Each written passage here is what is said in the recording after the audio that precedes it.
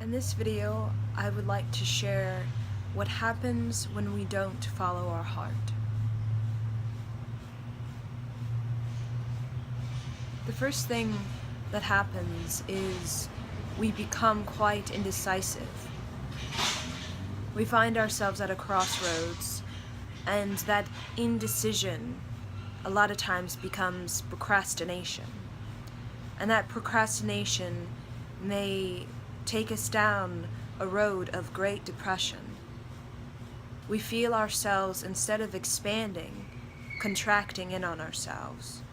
We find ourselves squeezing, holding tight to what is known. To be an open heart, to follow your heart, is to allow yourself to go towards those energies, those movements, those destinies that feel quite peculiar, quite strange, and makes you feel weird. Expansion is a quite weird phenomenon. And the reason it's weird because it is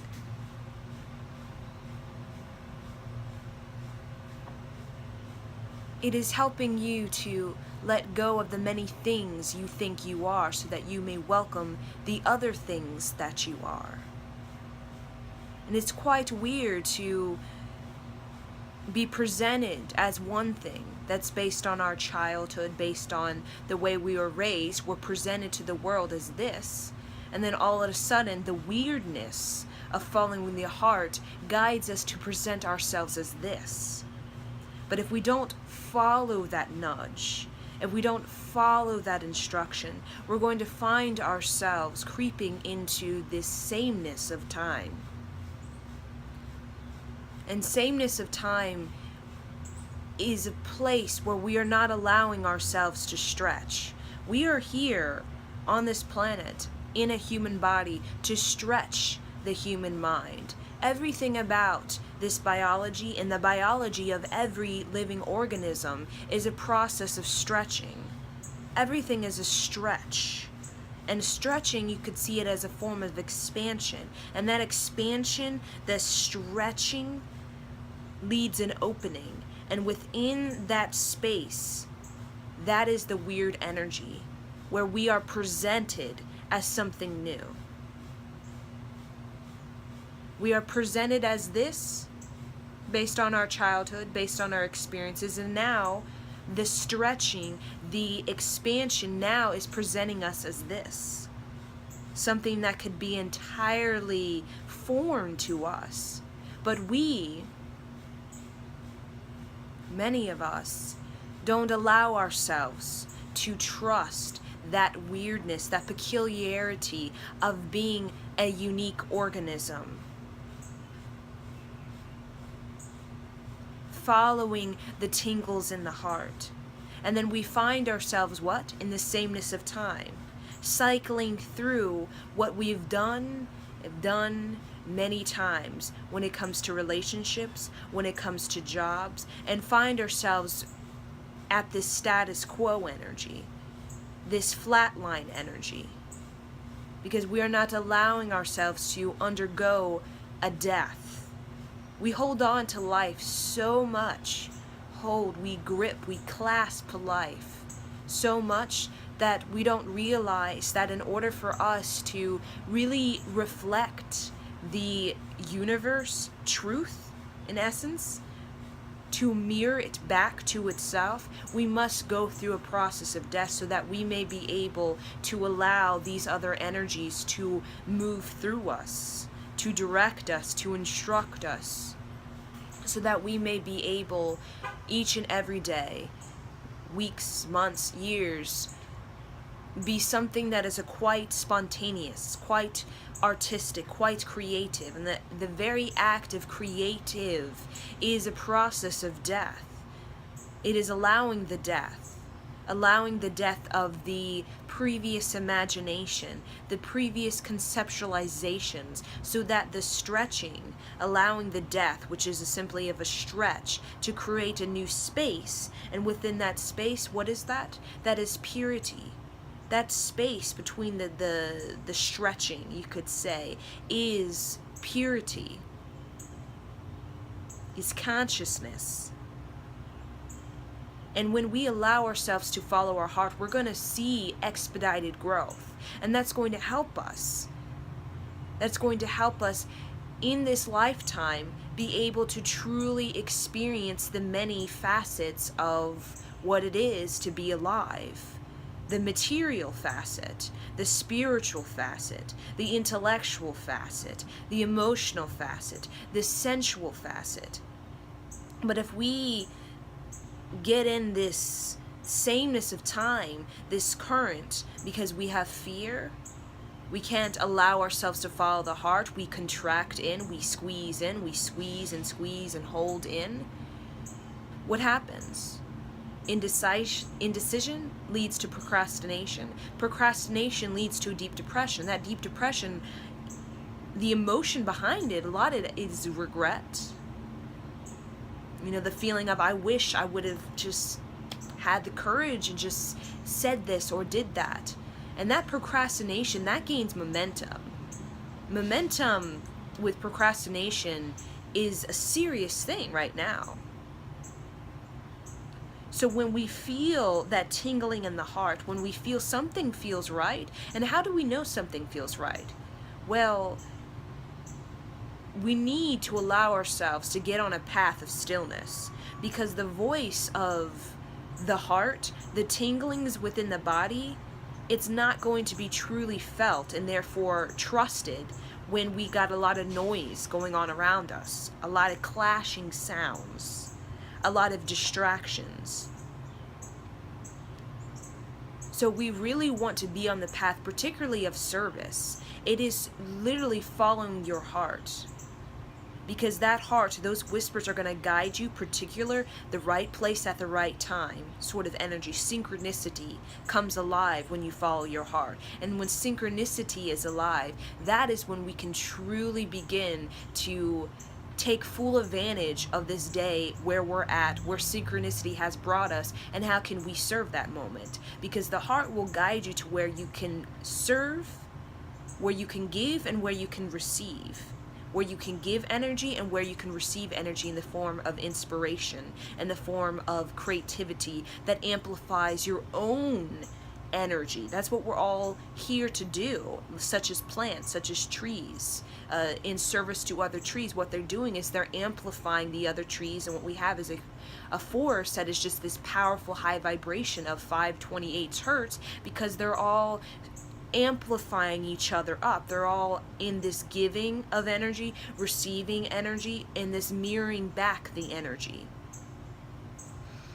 So when we can follow our heart is going to guide us to where we can give the energy, where we can receive the energy, replenish the energy, you could say.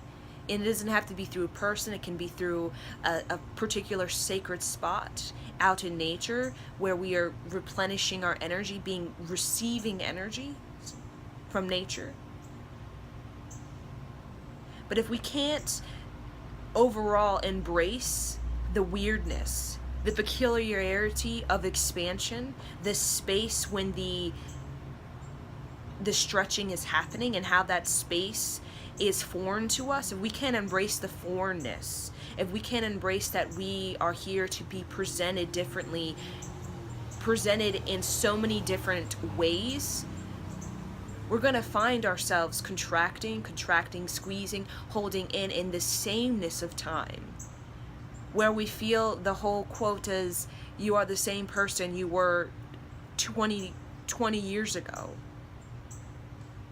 But if we really got into the rhythmic intelligence of consciousness, which is artistic expression, creative blossoming, the whole poetry of the awakening the body, cultivating self-acceptance within the body for great spontaneity, for great adventure, for great I am just because I am. Not I am this. It is I am just because I am. that is just right there. You are stating that you are the whole universe. You're not stating I am human, I am intelligent, I am artistic. You're stating I am that I am, which is the entire universe, consciousness, streaming consciousness in different waves and taking different forms and different shapes. And that is when we can truly, if we want to become a visionary, if we want to be creative, that's what we want to do.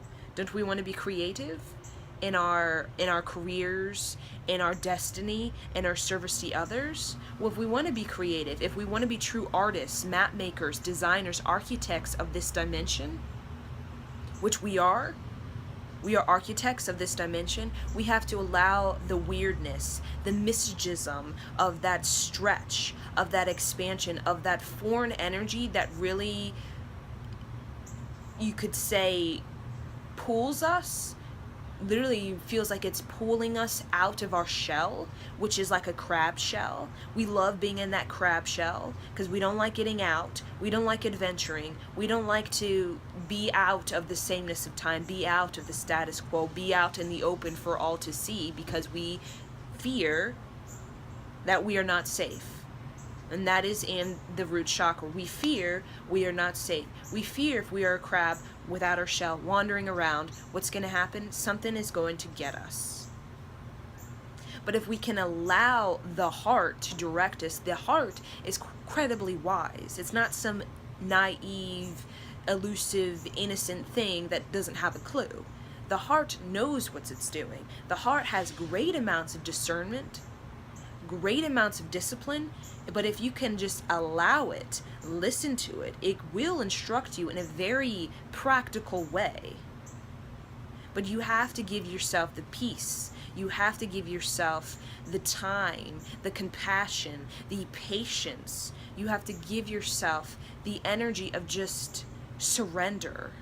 Surrender, going where your highest excitement is, that Alan Watts talks about, going towards the spontaneity, going towards that creative expression that really amps you up. If it feels good, creatively, artistically, if it feels like you are in a state of courage, not in a state of status quo, in a state of courage, you're going to find this expansion, this stretching. It's going to accelerate your growth. So when it accelerates your growth, you're going to find just your whole presence becomes this powerhouse. You find yourself in a current, a conscious current, consciousness that is quite rapid. Okay? The higher vibrations of consciousness, when we truly step into that current like a river, it is very quick. And the reason is very quick because we are letting the heart portal to be our guide. We trust it. And that is a mature being. When we are just kind of disjointed, in essence, we have disjointed ourselves from the heart. So it's like our heart's over here and our body's over here. That disjointedness, what it does is it slows us down.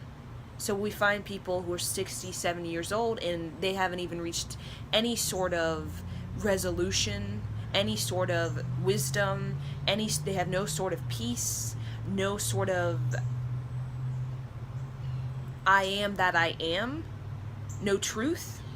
They're just literally, they're presenting the distortions of this world, the distortions of literally consciousness is like disjointed, where consciousness is over here and humanity's here. That's disjointedness. We're not here to mirror that. We are here to be the mirror of consciousness, pure consciousness. Especially on this planet, because when we can be the mirror of pure consciousness, we can begin to truly create, design, map, architect this dimension, this technology into a form that is, you could say, renewable energy. And I use renewable energy because, as we know, we're not really in the flow with the power of consciousness and its visionary ideas, environmentalism, humanitarianism, because we got this disjointedness where technology and the environment, they're not working together, you could say. So following the heart, we're going to find ourselves in this state of service, in this state of, I'm going down the path of peace, because peace is the only thing that's going to help me to draw back my energy, my heart center energy, which is creativity, which is artistry, back into my heart, this space that is supposed to be right here, the core, the center of my being, so that I may be able to move forward as a human in this particular age, 2017, and be that expansion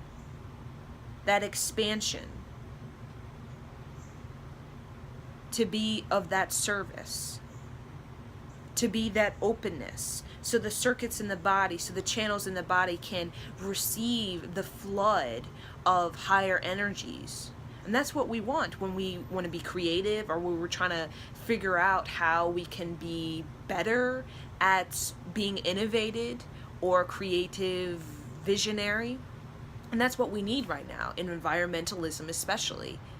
That visionary quality, that genius quality, and that the heart will guide you, because the heart is pure consciousness, and pure consciousness is so fast, because it can take you to ancient Egypt, where you're in a pyramid and you're reading a book on ancient Lemuria that's in hieroglyphics, and you can translate it, because pure consciousness is so speedy. Bam! In a second you can learn and translate hieroglyphics, because when you trust that sense, okay, that senses, beyond just the five senses, the many senses that Egyptians believed, 360 senses, which when we look at it makes this nice sphere around your body, which is like a vortex, and all of those little pinpoints, like the grids to planet Earth, each little points that are connecting to other points, we can call them the ley lines, those grids that are around your body.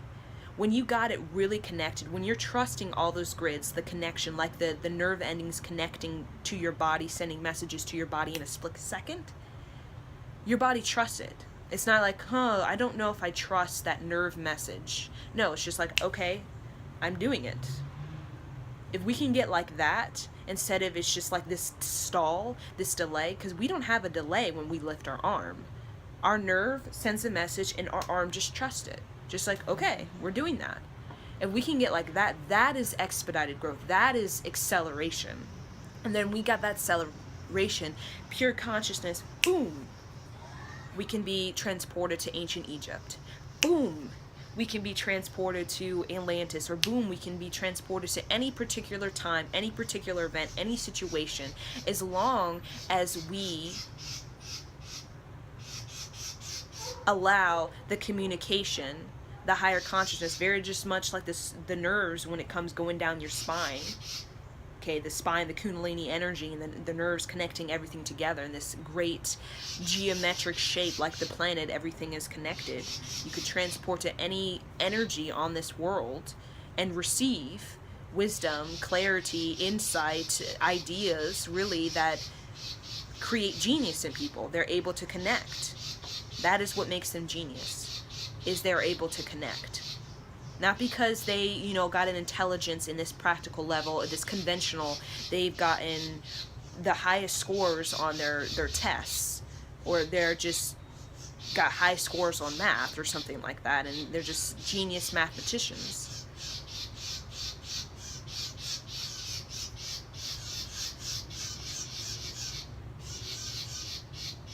No.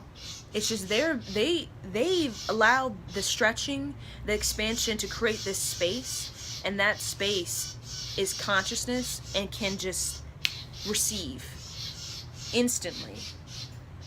Sending the signal, receiving the response instantly. So we must be able to open our heart. If we truly want to, if we are in a place, if we want to, okay, and it has to be a wanting, a desire. It can't just be, there's no desire. If we really want to be all that we can be in this lifetime, okay, be all that we can be in this lifetime, because we are here to really experiment with the self, with the body, to really be the first of the set of new generations to come. We're the first. So we are a vortex that is here to really get that harmony circuit in that vortex, clear the dissonance and the disjointedness, so that when we have kids are born from a vortex that is very much truth, rather than born from a vortex of dissonance, disjointedness, dysfunctionality that is from distortion of the truth. And a lot of people, when you see the word truth or hear it, this truth stuff everyone's talking about. It's a feeling, it's a tingling in your heart, and it's just truth, as in love. Love is I am that I am. It's quite simple, but it is an energy you must experience. It is a body experience, not just a intellectual evaluation or analyzing. No, it is a body experience that you will have only if you're willing to step outside, to go towards the foreign lands, okay, to clear this momentum of procrastination, and to actually realize that in this world, to be an architect, to be a designer, to be a map maker of your destiny is going to require you to do it. You to really amplify your own energy through your devotion to being focused on your creative projects. It's going to be you, and a lot of people don't realize that. It is you. It is you claiming your sacred space. It's you grounding your energy. Because we have a lot of people that are distracted and they're complaining about, I don't have love, I don't have this or this, what I want. I'm saying, you're not even grounded. You are up in some distraction, some woo-woo land. No, you need to ground your energy into this planet. You need to connect with nature. You need to have a constant communication with nature and with your body. Like your body, you need to really be a part of your body. But when we're distracted, what we're doing is we're just saying, sayonara body, I don't care about you. You can go to decay, and I'm just going to be chilling over here in my mind. In my mind. That is not how we are going to manifest. That is not how we can be visionaries or genius to actually create something for this world that is nature and technology. Technology, renewable technology, not the technology we have now. When we can get those emerged instead of disjointed, like dysfunctional, disjointed muscle that can't move because it's disjointed, when we can get that environment and technology, renewable technology, in this harmony, in this flow together, which is our greatest achievement right now, our greatest goal, greatest achievement, Nobel Prize treatment, then we can truly, truly be of service and be all that we can really be. But we have to first set the intention. When the response comes, actually act upon through the peace, through the gentle sway, through the courage. Understand that in order to actually really follow that, I have to really be grounded in my body. So therefore, I have to be connected with my body. My body can't be numb, because my generation and many before really numb the body. So we're all just living in this space in our mind with all our mental constructs of I am this and I am that and I'm better than you and look how much I make and look how much you don't make and I'm gonna fight you and all of that stuff. We're way there, but our body is this vessel. This vessel is what's going to get us to this greater manifestation, greater, where we're actually an architect instead of just stumbling into relationships or jobs. We're actually like, whoa, I architect that, I designed that, and you'll see it. Just like you're designing something and it's changing and adjusting and you're flipping things out and you're evaluating, okay, this is better, I don't think I want that. And that is like what we were when we were Egyptians. We did that on a spiritual level. We mapped out our whole entire incarnational cycles. That's why Egyptians were so into reincarnation. It's not so much, you could say, ascending, yes, but it is also the whole process of expansion beyond just this 5 physical senses that are really physical. It's the light body.